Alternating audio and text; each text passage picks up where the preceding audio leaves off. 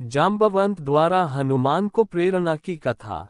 वानरों के समक्ष भयंकर महासागर विशाल लहरों से व्याप्त होकर निरंतर गर्जना कर रहा था। समुद्र तट पर बैठकर वे विचार विमर्श करने लगे। युवराज अंगद निराश होकर बोले, सीता जी को खोज पाने में हम लोग सर्वथा निष्फल रहे हैं। अब हम लौटकर राजा सुग्रीव और रामचंद्र जी को कैसे मुख दिखाएंगे? निष्फल होकर लौटने से तो अच्छा है कि हम यहाँ अपने प्राण त्याग दें। इस पर बुद्धिमान हनुमान जी ने कहा, तारानंदन, तुम युद्ध में अपने पिता के समान ही अत्यंत शक्तिशाली हो। अत्यंत बुद्धिमान होते हुए भी तुम इस तरह से निराशा की बातें कर रहे हो, ये तुम्हें शोभा नहीं देता। इस प्रकार से उनका विचार विमर्श चल ही रहा था कि वहां पर गृध्रराज संपाति आ पहुंचा। वानरों को देखकर वह बोला, आज दीर्घकाल के पश्चात मुझे मेरे कर्मों के फल के रूप में ये भोजन प्राप्त हुआ है। मैं एक एक करके वानरों का भक्षण करता जाऊंगा। संपाति के वचन सुनकर दुखी हुए अंगद ने हनुमान जी से कहा, एक तो हम लोग जानकी जी को खोज नहीं पाए, उस पर ये दूसरी विपत्ति आ गई। हमसे तो अच्छा गृध्रराज जटायु ही था जिसने श्री रामचंद्र जी के कार्य को करते हुए अपने प्राण न्यौछावर कर दिया था। अंगद के मुख से जटायु का नाम सुनकर संपाति ने आश्चर्य से कहा, जटायु तो मेरा छोटा भाई है, तुम उसके विषय में मुझे पूरा पूरा हाल कहो। अंगद से जटायु के विषय में पूरा हाल सुनकर संपाति बोला, बंधुओं, तुम सीता जी की खोज करने जा रहे हो। मैं इस विषय में जो भी जानता हूँ वह तुम्हें बताता हूँ, क्योंकि रावण से मैं अपने छोटे भाई जटायु का प्रतिशोध लेना चाहता हूँ। परंतु मैं वृद्ध और दुर्बल होने के कारण रावण का वध नहीं कर सकता, इसलिए मैं तुम्हें उसका पता बताता हूँ। सीता जी का हरण करने वाला रावण लंका का राजा है और उसने सीता जी को लंकापुरी में ही रखा है, जो यहाँ से 100 योजन 400 कोस की दूरी पर है और इस समुद्र के उस पार है। लंकापुरी में बड़े भयंकर सुभट पराक्रमी राक्षस रहते हैं। लंकापुरी एक पर्वत के ऊपर स्वर्ण निर्मित नगरी है जिसका निर्माण स्वयं विश्वकर्मा ने किया है। उसमें बड़ी सुंदर ऊंची ऊंची मनोरम स्वर्ण निर्मित अट्टालिकाएं हैं। वहीं पर स्वर्णकोट से घिरी अशोकवाटिका है जिसमें रावण ने सीता को राक्षसनियों के पहरे में छिपा कर रखा है।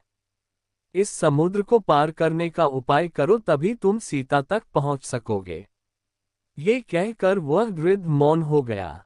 विशाल सागर की अपार विस्तार देखकर सभी वानर चिंतित होकर एक दूसरे का मुंह ताकने लगे। अंगद, नल, नील आदि किसी भी सेनापति को समुद्र पार करके जाने का साहस नहीं हुआ। उन सबको निराश और दुखी देखकर वृद्ध जामवंत ने कहा, हे पवनसुत, तुम इस समय चुपचाप क्यों बैठे हो? तुम तो वानर राज सुग्रीव के समान पराक्रमी हो। तेज और बल में तो राम और लक्ष्मण की भी बराबरी कर सकते हो। तुम्हारा वेग और विक्रम पक्षीराज गरुड़ से किसी भी भांति कम नहीं है, जो समुद्र में से बड़े बड़े सर्पों को निकाल लाता है। इतना अतुल बल और साहस रखते हुए भी तुम समुद्र लांघ कर जानकी जी तक पहुंचने के लिए तैयार क्यों नहीं होते?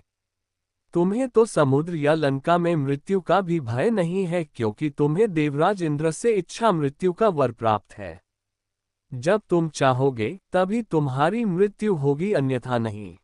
तुम केशरी के क्षेत्रज्ञ और वायुदेव के औरस पुत्र हो, इसलिए उन्हीं के सदृश तेजस्वी और अबाध गति वाले हो। हम लोगों में तुम ही सबसे अधिक साहसी और शक्तिशाली हो, इसलिए उठो और इस महासागर को लांघ जाओ।